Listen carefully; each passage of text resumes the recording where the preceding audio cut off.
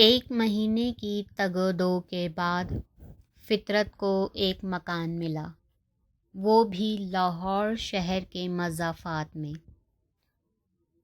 بستی کا نام تھا وارث محلہ، جو شہر سے تقریباً 8 میل دور تھا، لیکن اس میں ایک سہولت تھی کہ بس نمبر 3، 5 اور 9 مال روڈ سے ہوتی ہوئی سیدھی وارث محلہ جاتی تھی اور بہت ہی مناسب کرایہ لیتی تھی۔ یعنی فطرت اگر روزانہ اپنے مکان سے مال روڈ یا ٹی ہاؤس آنا جانا چاہتا تو آسانی سے آ جا سکتا تھا۔ مکان بالکل دیسی وضع کی آبادی میں تھا، جہاں زیادہ تر غریب لوگ بستے تھے، کارخانوں یا کھیتوں میں کام کرنے والے اور کچھ دفتر کے بابو۔ پورے محلے میں صرف 3-4 مکان ایسے تھے جو نسبتاً امیر لوگوں کے تھے، جن میں سے ایک چوبارہ ماسٹر اللہ دتا کا تھا، جو کہیں ہیڈ ماسٹر تھے۔ ایک حویلی ملک غلام حیدر کی تھی، جو وارث محلہ کے ارد گرد واقع ساری زمین کے مالک تھے، اور اکثر لوگوں نے انہی سے زمین خرید کر وہاں اپنے لیے چھوٹے چھوٹے مکان بنوائے تھے۔ تیسرا پکا اور پینٹ کیا ہوا مکان کسی سرکاری افسر کا تھا، جو اکثر بند رہتا تھا، کیونکہ اس افسر کی نوکری کہیں اور تھی اور وہ کبھی کبھی صرف قبضہ جتانے کے لیے وہاں آیا کرتا تھا۔ جو مکان فطرت کو نصیب ہوا، اس کا دروازہ تو بڑا تھا، لیکن اندر سے مکان بہت چھوٹا تھا۔ کل 2 کمرے اور ایک بیٹھک، ایک غسل خانہ اور ایک باورچی خانہ۔ غسل خانے اور باورچی خانے کے درمیان نل نصب تھا، جسے ہاتھ سے چلانا پڑتا تھا۔ باہر والے گیٹ میں جھریاں اتنی زیادہ تھیں کہ ان میں سے بآسانی اندر باہر دیکھا جا سکتا تھا۔ فطرت کو اس بات کی بڑی خوشی تھی کہ اس کے صحن میں صاف ستھری دھوپ پڑتی تھی اور وہ سردیوں میں دھوپ میں بیٹھ کر پینٹ کر سکے گا۔ اسے پتہ نہیں تھا کہ محلے کے لوگ دروازے کی جھریوں سے اسے پینٹ کرتا دیکھ بھی سکیں گے۔ اگر پتہ تھا بھی تو اس کی اسے کوئی پرواہ نہ تھی۔ بہرحال اس نے پینٹنگ میں فری لانسنگ کا جو فیصلہ کر لیا تھا، اس کے پیش نظر اس کا خیال تھا کہ اگر لوگوں کو پتہ چل بھی گیا تو اچھا ہے، اور کام مل جائے گا، نقصان کی کوئی بات نہیں۔ فطرت کا معمول یہ تھا کہ وہ ناشتہ خود بناتا تھا، دوپہر تک پینٹ کرتا، لنچ کے وقت تیار ہو کر باہر نکل جاتا، دونوں وقت کا کھانا باہر کھاتا، ٹی ہاؤس میں ادبی دوستوں سے ملتا، کمرشل کام کے لیے لوگوں سے رابطہ قائم کرتا، اور رات کو گھر آتے وقت صبح کے ناشتے کے لیے مکھن ٹوسٹ ساتھ لے آتا۔ صبح وارث محلے میں دودھ دینے والا 1 پاؤ دودھ فطرت کو بھی دے جاتا، جس سے اس کی 2 وقت کی چائے چل جاتی۔ نیا گھر اور نئے معمولات طے کرنے کے بعد وہ کافی دنوں بعد ٹی ہاؤس گیا تو وہاں سینئر لوگوں کے بجائے چند لونڈے بیٹھے تھے، بشارت، فیصل، بسمل اور زبیر، جو ادب میں دلچسپی تو رکھتے تھے لیکن ان کا مزاج ابھی تک کالجوں کے لاابالی لڑکوں جیسا تھا۔ بس مال روڈ سے 3-4 پان کاغذ میں بندھوا لیے، سگریٹ کا ایک پیکٹ خرید لیا اور ریسٹورنٹ میں آ کر سیٹ پر بیٹھ کر چائے کا آرڈر دے دیا۔ وہ پڑھتے لکھتے کم اور گپ زیادہ لگاتے تھے۔ جو ہی فطرت ٹی ہاؤس میں داخل ہوا، بشارت نے کہا، ہمارا آرٹسٹ کہاں کھو گیا تو؟ فطرت سے پہلے بسمل نے جواب دیا، نزہت کے ویرانوں میں۔ فطرت نزہت کا نام سن کر چونکا اور ان کے اصرار پر انہی کے میز پر بیٹھتے ہوئے کہا، کیا مطلب؟ بسمل نے کہا، فطرت صاحب اتنے بھولے نہ بنیے، مس نزہت کے ساتھ تمہارے معاشقے کے قصے تو tea house, fine arts department بلکہ پوری یونیورسٹی میں مشہور ہیں، چپکے چپکے ہنی مون منانے نہ چلے جانا، کم از کم مٹھائی تو کھلاتے جانا۔ فطرت نے کہا، یار شرم کرو،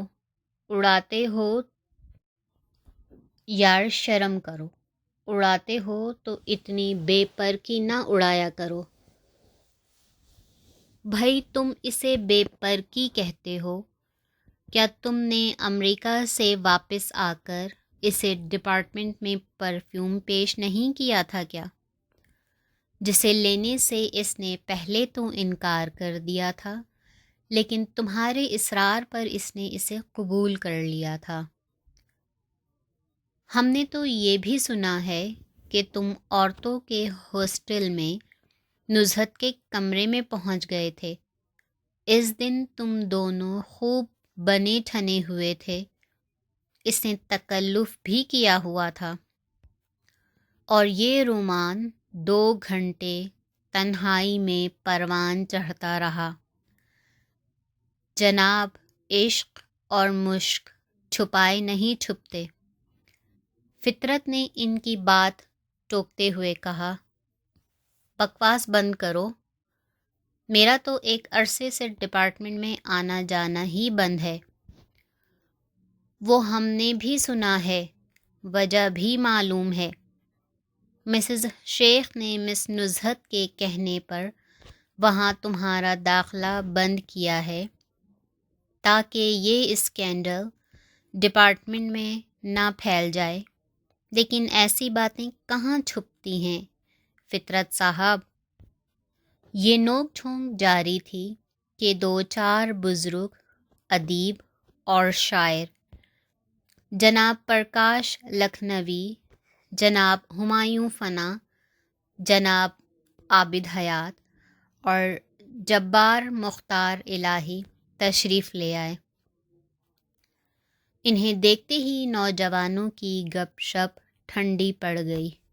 پروفیسر عابد نے دیکھتے ہی کہا، فطرت میاں، بہت دنوں بعد نظر آئے ہو، کیا کر رہے ہو آج کل؟ بس سر، آپ ہی کی تلاش میں آیا تھا۔ اگر آپ کے پاس وقت ہو تو چند منٹ آپ سے بات کرنا چاہتا ہوں۔ ہاں کیوں نہیں، ادھر آ جاؤ اس ٹیبل پر۔ فطرت اور پروفیسر عابد حیات الگ میز پر جا بیٹھے۔ پروفیسر عابد حیات ان بزرگوں میں سے تھے جو پڑھاتے تو ایک ہی کالج میں تھے، لیکن لاہور کے تمام طلباء اور سابق طلباء اپنے استادوں کی طرح ان کا احترام کرتے تھے۔ وہ ادبی اور ذاتی معاملات میں رہنمائی حاصل کرنے اکثر ان کے پاس آتے رہتے تھے۔ فطرت کے ساتھ وہ خاص شفقت سے پیش آتے تھے اور اس کی تخلیقی صلاحیتوں کی حوصلہ افزائی کرتے تھے۔ پروفیسر عابد حیات نے بیٹھتے ہی کہا، ہاں تو فطرت میاں، کیا شغل ہے آج کل؟ امریکہ سے واپسی پر تمہارے ساتھ ملاقات ہی نہیں ہو سکی۔ ایک ملاقات ہوئی تھی سر، حلقہ ادب کے ہفتہ وار اجلاس کے بعد، جس کی آپ نے صدارت کی تھی اور جناب مہتاب صاحب نے غزل پیش کی تھی اور اس پر بڑی گرما گرم بحث ہوئی تھی۔ ہاں، وہ ملاقات تو فٹ پاتھ کی تھی، اور اسے تو ملاقات کہنا بھی زیادتی ہے۔ مجھے ایک دفعہ تمہارے کسی دوست نے بتایا تھا کہ یونیورسٹی میں تمہاری نوکری کا کچھ بندوبست ہو رہا ہے۔ نہیں سر، وہ تو نہیں ہو سکا۔ کیوں؟ انہیں ایم اے فرسٹ کلاس امریکہ پلٹ ہونہار آرٹسٹ سے بڑھ کر کیا چاہیے تھا؟ سر چھوڑیے اس قصے کو، آپ سنائیے۔ نہیں بھائی، میں تو تم سے سننے بیٹھا ہوا ہوں کہ یونیورسٹی کی نوکری نہ سہی، اب کیا کر رہے ہو؟ آج کل میں فری لانسنگ کر رہا ہوں۔ Free lancing? پینٹنگ میں؟ جی سر، پینٹنگ میں۔ کیسا چل رہا ہے کام؟ کام تو ٹھیک چل رہا ہے۔ میکلوڈ روڈ پر دیپک سینما گھر کے مالک کا بیٹا یعقوب میرا کلاس فیلو رہا ہے۔ اس نے ایک فلم کے سائن بورڈ بنانے کا آرڈر دے دیا تھا۔ میرا فیصل آباد کا ایک دوست ہے ارشد، وہ ٹیکسٹائل ملز کا مالک ہے۔ اس نے گرمیوں کے لیے زنانہ کپڑوں کے پرنٹس ڈیزائن کرنے کو کہا تھا۔ پھر یہیں ٹی ہاؤس میں وحید صاحب ملے تھے، وہ کسی رسالے کے ایڈیٹر ہیں۔ انہوں نے 2-3 اسکیچ اور ایک ٹائٹل بنانے کا آرڈر دیا تھا۔ پھر تو تم بڑے پاپولر آرٹسٹ ہو۔ مجھے نہیں معلوم تھا کہ انسان برش اور رنگ کے زور پر بھی زندہ رہ سکتا ہے۔ ہم نے تو قلم کے زور پر زندہ رہنے کی بہت کوشش کی، لیکن ناکام رہے، مجبوراً نوکری کر لی۔ لیکن تم نے تو وہ کر دکھایا جو ہماری نسل سے نہ ہو سکا، یعنی اپنی تخلیق کے زور پر زندہ رہ رہے ہو۔ سر، اسی سلسلے میں تو میں آپ سے بات کرنا چاہتا تھا۔ کہو۔ بات یہ ہے کہ اس کام سے پیٹ کی آگ بجھانے کے لیے پیسے مل جاتے ہیں، لیکن ذہن مطمئن نہیں ہوتا۔ جس دن سے میں نے یہ کام شروع کیا ہے، میرے اندر ایک کانفلکٹ پیدا ہو گیا ہے۔ میں بار بار یہی سوچتا ہوں کہ آیا میں نے زندگی کے 22-23 سال اسی کام کے لیے صرف کیے تھے کہ میں جب پڑھ لکھ جاؤں گا، آرٹ کی تاریخ، آرٹ کی باریکیوں اور آرٹ کی اہمیت کو سمجھ جاؤں گا،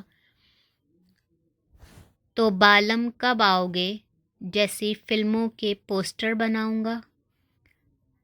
میں تو اپنے آپ کو روح کا پینٹر بنانا چاہتا تھا اور انسانی دکھوں کو زبان بخشنے کا مشن لے کر چلا تھا۔ میری صلاحیتیں فلم ایکٹریس کی نیم برہنہ مخروطی ٹانگیں اور ابھرے ہوئے سینے کو پینٹ کرنے پر صرف ہو رہی ہیں،